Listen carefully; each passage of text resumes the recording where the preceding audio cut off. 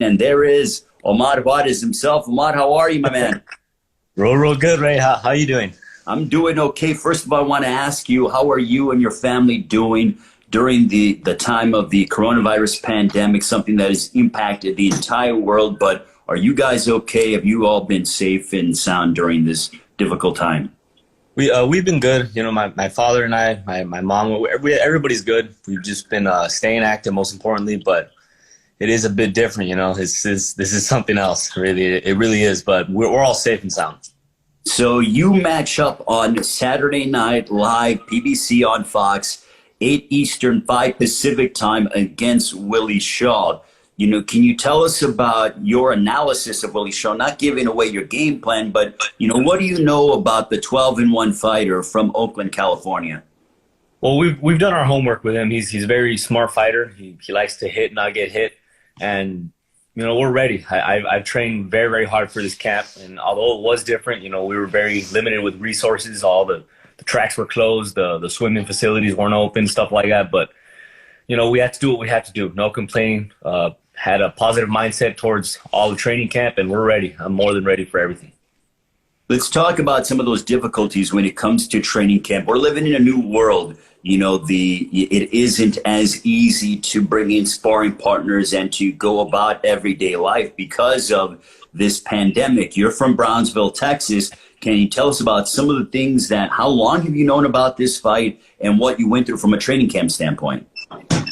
They told me 6 weeks ago, and I was already staying active. As soon as we saw that we had to stay quarantined and all that stuff, I was training with my father at my house. You know, it was a bit different. We put up a bag in our garage and everything, but I stayed active, got my road work in.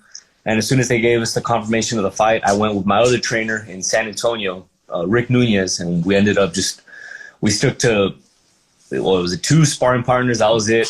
But it was the right sparring partners. Huge shout out to them. And, you know, we were busy. We were busy staying active. And like I said, having a positive mindset towards this fight. We're picking off where we left off.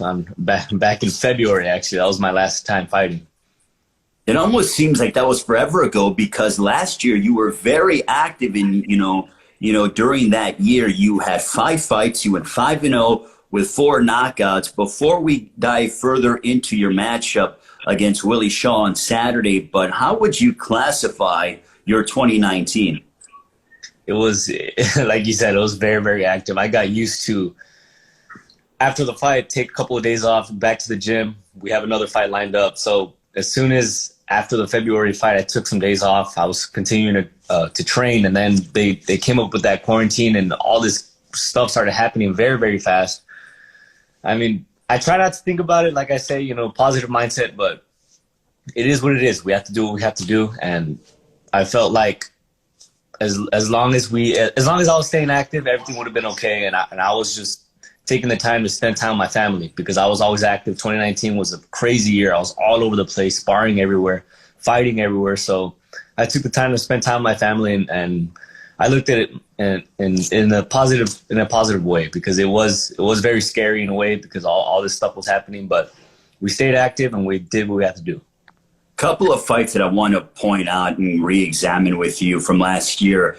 Your highlight reel, overhand, vicious knockout of Gino De La Paz last August.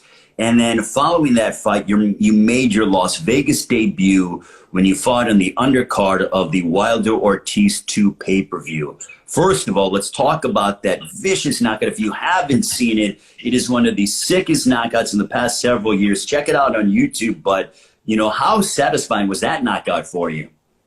It was satisfying, not just because it was a knockout, but because we had been practicing that overhand right, my coaches and I, for weeks and weeks and weeks, just practicing it. It became to the point where it was muscle memory, and all the hard work and discipline showed that night. It was crazy. It was electrifying, and especially because it was in front of my hometown crowd. So it was a beautiful feeling. And then getting that call that we're going to be in MGM Grand, that was like it was a surreal feeling. It really was. I didn't think I would be fighting in Vegas anytime soon, especially so early in my career. But I just took everything in, and I'm just making my dreams into reality slowly. Well, what was that experience like when it comes to dealing with the fight week stuff? I saw you on Tuesday, and then you had the workouts on Wednesday, press conference on Thursday, weigh-in Friday, Saturday. You were not even 21 years of age at the time, and to have all of this, I mean, it was like, we're starting to see this young crop of PBC fighters, yourself, Vito Malnicki Jr., and incidentally, Malnicki will be fighting on Saturday as well. But I feel like you guys are this next crop of young fighters from PBC that are starting to emerge. Yeah, it was different, not being able to look at the casinos or anything like that, or step on the carpet because they'll get mad at you. I wasn't even 21 years old yet, and people ask me, have you been to Vegas yet? And I tell them, yeah, but I wasn't 21 yet. But that whole process was crazy. It was a surreal feeling, and it was a dream come true, not just for myself, but, for my team and I. And I give them everything. I give them my all, and it was crazy. It really was, but we're going to continue to work hard for more opportunities like that. Now, you were mowing guys down with knockouts, and then your last fight in February that I was fortunate enough to call in, Mississippi on FS1, you went the distance, you looked impressive, but what did you learn about your matchup against Angel Hernandez? I learned a lot in that fight. I really did. I saw, we ended up seeing in his box rank everybody that he's fought. Marcos Maidana, Mike Alvarado. He had a lot of ring experience in a professional level, and I was excited for the fight. I really was. Now, after the fight, I saw like, wow, there's levels to this. I did win unanimous decision, but I felt like I could have done way more. But I took it as a learning experience. I always am. I'm always watching that fight to this day. I still watch that fight, and it was a beautiful experience, and I'm glad I went through it. Now, you are guided in your career by Bob Santos and also Louis DeCubas Jr. You're with the Premier Boxing Champions family. I think those are two of, the brightest minds in boxing that you have to sort of, guide you in your career. What do you learn from them on a daily basis? Because both of them, I've spoken to them at length, and they believe in you quite a bit and are so high on your, potential of becoming a world champion. No, they're very, very good people. That's the first thing I saw when I met them. They're very good. They're very good people. I actually went with Bob to his house. We stayed there for a week, and I trained there with him. He told me a lot of stories and stuff like that because he does have a lot of experience, and Luis as well. I've been speaking to him a lot. I'm in contact with their wives on Instagram and everything, but I love my team. I believe that I have the best team in the world, and together we're going to make it to the top. I truly believe so as well. Now, your father is also your trainer, if I'm correct, right? Yes, sir. Yes, sir. What is that like in terms of, we see so many father-son tandems. Some of them do very well together. The ones that come to mind are, Danny and Angel Garcia. Obviously, they have a matchup against Errol Spence. But then, sometimes it doesn't work out as well. But for you and your father, I feel like you guys are so much in sync. But how do you separate being his son to then going into the gym and becoming the fighter? At first, starting off, I started boxing at 8 years old, and it was different. This sport is the toughest and loneliest sport of the world. It's crazy. But I then grew because of the sport. It built my character. I saw, everything he's doing is just for me. It's just for my brother and I. We've been through tournaments everywhere together, and I see how hard of a worker my dad is. That just motivates me and inspires me. And when I'm in the ring and doing what I do best, it's not just me making my dreams come true, but it's also his. He always told me one day when we were fighting MGM Grand, and ended up being, this last fight, but it's crazy. It's a very surreal feeling that we're actually making our dreams into reality, and it's just making us work even harder. How much did your extensive amateur career benefit you as a pro? Because as I thought I was reading that you had almost 120 amateur fights. Is that correct? Yes, sir. Yes, sir. I mean, so how much did that benefit you? It did help a lot. It did, although the professional level is different, smaller gloves, no headgear, but it did help a lot. I got, experience from a lot of people. I competed nationwide, all over the place. We would go everywhere to spar. So it did help me a lot, but I believe that the professional level is very, very different. And to me, it's more exciting. It really is. All this stuff that I've been going through, it's awesome. It really is. It's a lifestyle now, and it's crazy. It really is.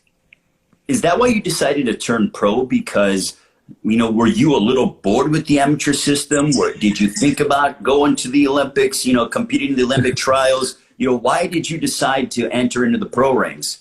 Well, it was actually a story. I remember I had just finished winning the state Golden Gloves, the Texas State Golden Gloves, and I was doing pretty good in the amateurs, but like just like you said, I was kind of getting bored. I had told my dad, I just want to go pro. I'm not even gonna make the Olympics possibly. I just want to go professional. I want to start working towards my dream. That's exactly why I graduated early. That's why I wanted to speed up the process already. I wanted to get my life going, and eventually, with God's plans and everything, my trainer from San Antonio, Rick Nunez, he ended up seeing us, who was very well contacted with Luis and Bob.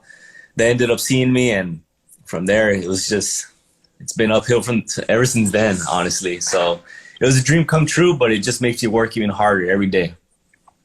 Well, one thing I know about you also, Omar, is that you are steadfast in giving back to your community. I saw that you've been, giving away supplies to people in your home area of Brownsville during COVID. Can you dive into detail about that in terms of what you've been able to do, and also, giving back to your community, but also training and also staying safe and making sure that, you are not dealing with or affected at all by, COVID-19, which has been significantly a detriment to people across the world? Oh yeah. So, ever since we saw that, a lot of people were being affected by COVID, we ended up getting together with the city of Brownsville. I ended up becoming the very, very first Brownsville ambassador. So we ended up getting together, and we came up with this event that we could do in every Friday or Saturday in May and June, where we give out food to it wasn't just food, it was also supplies, but food and supplies to the people in Brownsville. We ended up doing it. It was a very, very good turnout, and it's a blessing. It really is. I've been raised by my parents to, no matter how far I get in my career, to always give back. And I've always been that way. I've always been that way even before, I was in professional. As an amateur, I would always give motivational speeches to this day. They're still free. I still give motivational speeches. I've been giving Zoom motivational speeches to some students, and it's a beautiful feeling. It really is. That's really what inspires me and motivates me to be not just a better person, but just a better fighter in general. Well, for those that don't know, you have spoken to over 35,000 students. Mario Serrano, who is your publicist, when we were talking about your philanthropic efforts and giving back to the youth, he goes, dude, Omar is like a rock star. He goes, this guy is like boy band pop level down there. And when I see videos about you being, going into the gyms, this is prior to COVID-19, mind you, so I want to put that disclaimer out there. But the kids respond, and they're so excited and enthusiastic and passionate. But speaking to over 35,000 students, how do you find the time to do all of that before COVID? I mean, it's like the saying, what they say, if you love what you do, you'll never work a day in your life. And I love what I do. Ever since I was smaller, when I was 8 years old, when I started the sport of boxing, it did get difficult. But what I did as motivation, I never listened to music or anything like that. I would listen to motivational speeches by Eric Thomas, Cus D'Amato, a lot of motivational speakers. So I thought, like, wow, if somebody's words can inspire me and really help me set my goals, I wonder what I could do, not just for my hometown, but for the world. So I had to start somewhere. So I got together with my team, and we ended up coming in fresh out of high school when I graduated at 16. And I started with elementary schools, and from there, I just got better at it. My message started going around, and by that time, the phone just kept ringing. Oh, we want you to come to school. We want you to come to school. And I would come to schools, sometimes getting there at 6 a.m, going to another one at 12, going to another one at 3, and then having to spar afterwards. I mean, I love what I do, and there's never going to be a day where I'll say no. Do you feel that your positive mindset helps you? Because I hear it from fighters that boxing is such a mental game. So not only do you give motivational speeches, but every time I see you, you kind of remind me of Leo Santa Cruz in a way, in the sense that Leo is always smiling. I never see you in a bad mood. You're always smiling. You're always having fun. Even when you're walking to the ring, and even in the ring, you're enjoying yourself. You're really taking it all in. Do you feel that this positive mindset helps you out when training camp sort of becomes redundant and you're dealing with the dog days of training camp and trying to make weight and everything? Oh, absolutely. Absolutely. It helps me a lot. And my parents have raised me that way, to have that positive mindset that no matter what, life goes on. And if you have a positive mindset, everything will be okay. You know, there's always ups and downs in the training camps. There's always ups and downs in life. There's always ups and downs in the fights. But as long as I got a big smile on my face, I think everything will be fine. And I just got to keep going, keep working hard, and making my dreams into reality. You mentioned about how there are levels to the sport of boxing. Ever since you came to the Premier Boxing Champions banner, we've watched you fight on television, the lights, the cameras, the fans. Obviously, there will be no fans on Saturday because of COVID-19 and this pandemic. But being so young, how have you been able to balance the cameras and the lights and the media obligations and not get wrapped up into it? Well, that's never been an issue, I guess. A lot of fighters have told me, oh, what do you say when you see the lights and the cameras, and are you in awe? I'm like, I am, but I tell them, I've seen that already all in my dreams. This is all part of God's plan. This is all part of my plan, and I'm as soon as I see it, it just pumps me up even more. It gives me more motivation, more inspiration, and that's really what I'm working hard towards. When that first fight, which was in California, actually. They told me I was going to be on FS1. I see the camera, I see the lights, and I just got so happy. I got so happy because my dreams came true. And, my dad, my dad was there. My other coach was there. It was just our dreams coming true. And I feel like that's all that I need, to be confident in the ring.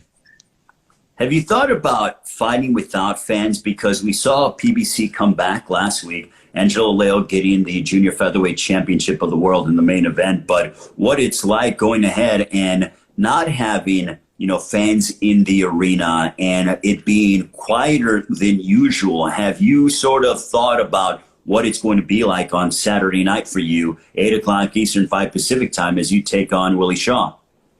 I have thought about it. To me, it's going to be a little bit more like the amateurs. In the amateurs, when you're fighting, there's so many fights that you don't even know what's going on, and you hear each other's punches, you hear each other, the body language and everything like that. To me, it's just going to be like a big sparring, smaller gloves, but I got to do what I have to do. I have to get the job done no matter what. We've been training very, very hard these next 6 weeks, so I'm ready, but it is going to be different. It definitely is. What was your flight like? I know you just, went ahead, and this is a primetime version of Timeout. I know you were flying from Texas to California. How was your flight? And also, I know you're now in the PBC bubble. Can you tell us about the PBC bubble that you're in? The flight was good. Everything was good. Everything went smoothly, but this is so different. Each of us have our own different room. We can't go anywhere. Nobody can come in. Nobody can go out. So it is different. We're scheduled to eat and stuff, but at the end of the day, I remember as soon as we got here, I looked at my coach, I looked at my dad, and we said, we just got to get the job done. At least we're here. Long training camp, we're here. Yeah. How many more fights would you like to have when it comes to the rest of the year? These are obviously not the most ideal conditions. Training, ability to train fully, I feel like is limited. But how many more fights do you want to get in throughout the remainder of the year, assuming everything goes according to plan on Saturday? As many as possible. Honestly, right after this fight, I'm going to take a couple of days off, and I'm going to continue to train hard, stay active, and as many as possible. I really want to stay active the way I was in 2019, get as many fights as possible, and start working hard, and work my way up to a title, because that's really what I want. And I'm just slowly making my dreams into reality, and I don't want something like this virus, slowing everything down. But I have to do what I have to do.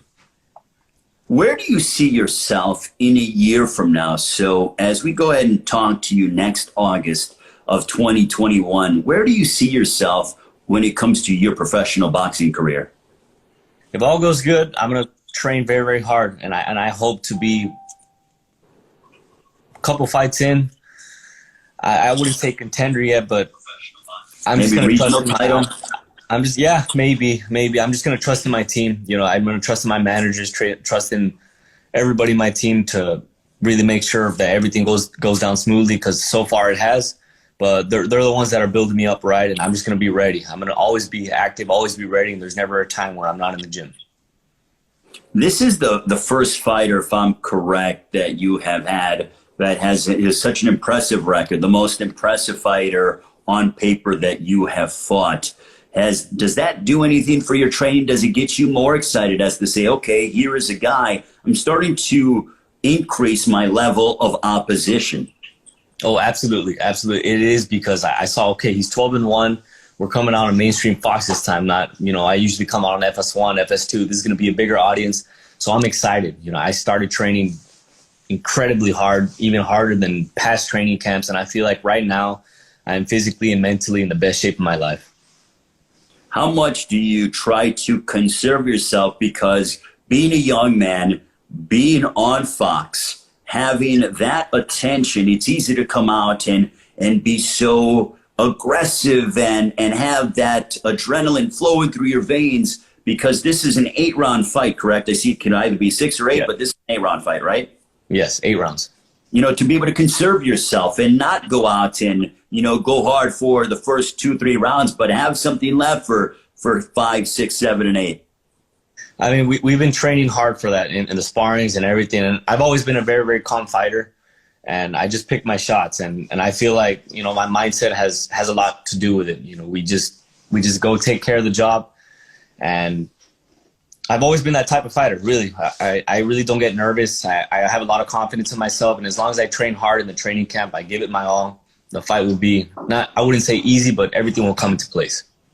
One thing I feel like, especially from the fighters in Texas, is that you all seem to get along. Yourself, Brandon Figueroa, Mario Barrios, Errol Spence is down there in the Dallas area. I feel like all the fighters within PBC and Texas, you guys all get along and all support one another.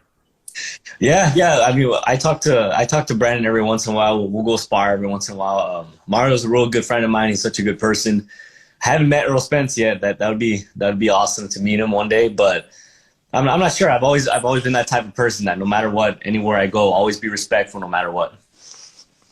Now, Omar, also, I want to go ahead and go back a little bit more, but you were involved after your last fight. I haven't spoken to you after your last fight that you were victorious on February 1st in Mississippi, but you organized a prom, correct, for, you know, students of disabilities and everything else. I saw photos of it, and it had to do with the Tim Tebow Foundation. Can you explain to the viewers, you know, what you did? And obviously this was before COVID, but, you know, explain to us more of your philanthropic efforts. Yes, there's this prom that the Tim Tebow Foundation sponsors. It's called Night to Shine, and I got in contact with a nonprofit organization called Down by the Border, and they ended up putting me as the MC there. And it's my 3rd year doing it actually in a row, and it's beautiful. It's a prom that a lot of kids with special needs, they feel like they feel like kings and queens that night. It really is, and they have a fun time, and it really helps me in a way. You know, it really inspires me. And looking at all of them, they even recognize me, which is crazy. It really is. So I've been doing that ever since. That they contacted me 3 years ago when I turned, I believe 18. Once I turned 18, I was able to do it. But then from there on, we ended up, you know, getting contact with that nonprofit organization Down by the Border, and we had asked if we could train kids at my gym in Brownsville every Friday for free. And we got so many kids to show up. It was a really beautiful turnout. A lot of them showed up. We did like I believe it was 5 or 6 straight Fridays that they went, and it was a kind of like a training camp. And we ended up giving them belts and medals afterwards, and it was a beautiful feeling. It really was. But I had told them, I had made them a promise.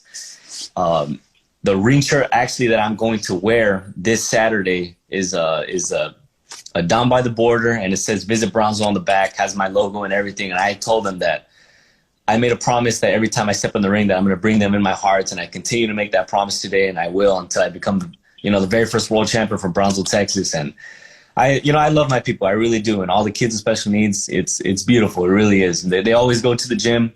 And it's crazy how the sport of boxing, not just the sport of boxing, but them training and being around me and around the environment, everybody there in the gym, it really changes their confidence. They before they got there very, very shy, not wanting to say hi to anybody. But then now that you see them, that they've been there for more than a month, they get there, they hug everybody, they say hi to everybody, they know what to do, they're very, very active, they start losing weight, their mood changes. It's crazy. It really is. It's a beautiful feeling, and I enjoy doing it as well. So you're essentially fighting for them along with your home city of Bronzeville. Absolutely, absolutely. Every time I step in the ring, I feel very prideful, and I feel like I have a city behind me. It's a beautiful feeling. Once all of this is hopefully behind us with COVID-19 and fans can come back to the arenas, because, you know, that is what we ultimately want under safe conditions. How much would you love to be able to bring an event, a PBC event, to Bronzeville with you in the main event? We have seen homecomings. You were a part of that homecoming for Brandon Figueroa at the Bert Ogden Arena right outside of Weslaco. We saw Julian Williams, even though it didn't go well for him, in Philadelphia. Errol Spence in Arlington, the Dallas area, Caleb Plant in Nashville. You know, I'm sure that you would love to bring a big event to Bronzeville as the main event. Oh, absolutely. That's a big goal of mine. That really is. And a lot of people ask me, actually, in Bronzeville. A lot of people tell me one day, the main event here in Bronzeville, Texas, the whole city is going to show up. I'm more than sure. But, you know, baby steps. And I'm more than ready for that opportunity. I just got to continue to train hard. And my managerial team is building me up perfectly. And I trust in them and everything. And I'm just going to be ready. I'm going to stay ready. And I'm really looking forward to that day, though. You're a Mexican fighter. You're of Mexican descent. Do you feel like your style is so emblematic of what a Mexican fighter possesses? Because I see you as being a boxer puncher. You use your jab very well, your distance, but you also like to attack the body. But that right hand is quite vicious. Oh, yeah, absolutely. That right hand, I owe it all to my trainer from San Antonio, Rick. You know, he actually showed me how to use it. As soon as I showed up to the gym in San Antonio, I really didn't know how to throw the overhand right. You know, my father was the one that showed me how to throw that body punch. I love throwing that body punch. I feel that the body hurts way more than the head. But I don't know. I guess I pick apart, you know, styles here and there, and I made my own unique style. You know, I feel like I try my very, very best not to be one-dimensional, but I've picked, you know, small parts of styles from every fighter. Well, Omar, I greatly appreciate the time. As we get ready to let you go, can you give us a prediction for your matchup against Willie Shaw on Saturday, live on Fox, Big Fox, for you as you go ahead and enter, you know, your opportunity here against Willie Shaw, but 8 Eastern, 5 Pacific time in Bronzeville, 7 o'clock Central time, because Bronzeville is Central time as well. But, you know, what is your prediction for your fight with Willie Shaw? I'm coming up with the win for sure. I've trained very, very hard for this fight, physically and mentally. I have thought about this fight for 6 weeks continuously, and I'm more than ready. I'm physically and mentally in the best shape of my life, and I'm excited. I'm so anxious. I'm excited, and I'm ready. I'm ready to take that W, especially for Bronzeville.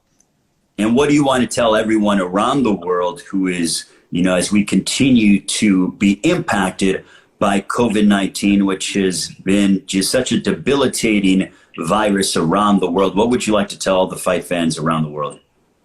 That we got to stay strong, positively. We have to have that positive mindset. I know it's a very, very big, you know, setback that we have, but we all have to continue to stay clean, wear our masks and everything, because it's crazy. It's crazy that a lot of numbers have gone down in other places because they're wearing their masks. So we need to take a lot of precaution, and we can't put. I know that, you know, us athletes, I guess we could be okay, but it's for the other people that we have to take precaution. You know, our grandparents and all the senior citizens. We need to take care of them as well. But, you know, I believe that with a positive mindset, and if we follow directions, we can beat this. I know we can.